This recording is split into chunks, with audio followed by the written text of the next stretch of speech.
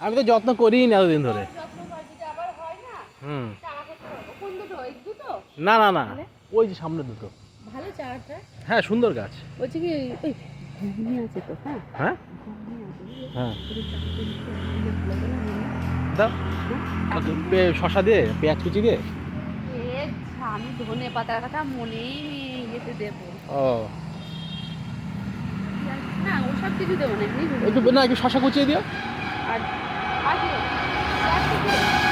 হ্যাঁ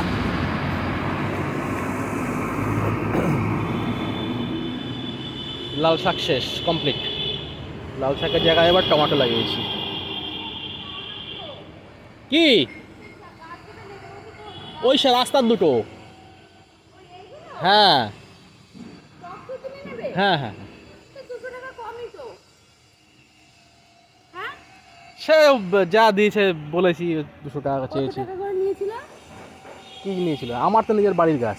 আরে সেটা বলছিলাম, ওখানে কত নিয়েছিল? 150 করে নিয়েছিল। তোমার টপের দামটা নেবে না? টবের দাম 40 টাকা আর গাছের দাম ধরো 150 টাকা। তো কত হলো? লাভ হলো কি? 160 টাকা। লাভ হলো কি? লাভ ওই লাভ আর কি।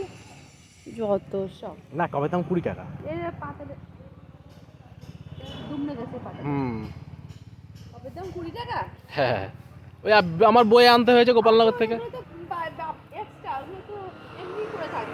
কি টব পড়ে থাকবে? আমার আরো টব লাগবে, 200-র উপর টব আছে। টপ থেকে বের করে দিতে পারবে না?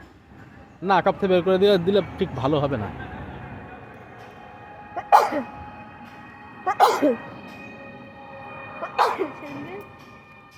ফেসবুকে দেখছি, হ্যাঁ যে রিলস আছে না, ওতে মানে মানে দুজন মানে ওদের ফ্যামিলি চারটে ফটো তুলতে এসেছে, মেয়েটা হাঁচি দিয়েছে আর নাক দিয়ে বেরিয়ে গেছে, সেটা উঠে গেছে।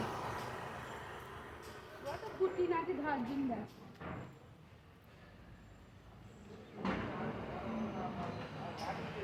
তাহলে আর কি রান্না করবো?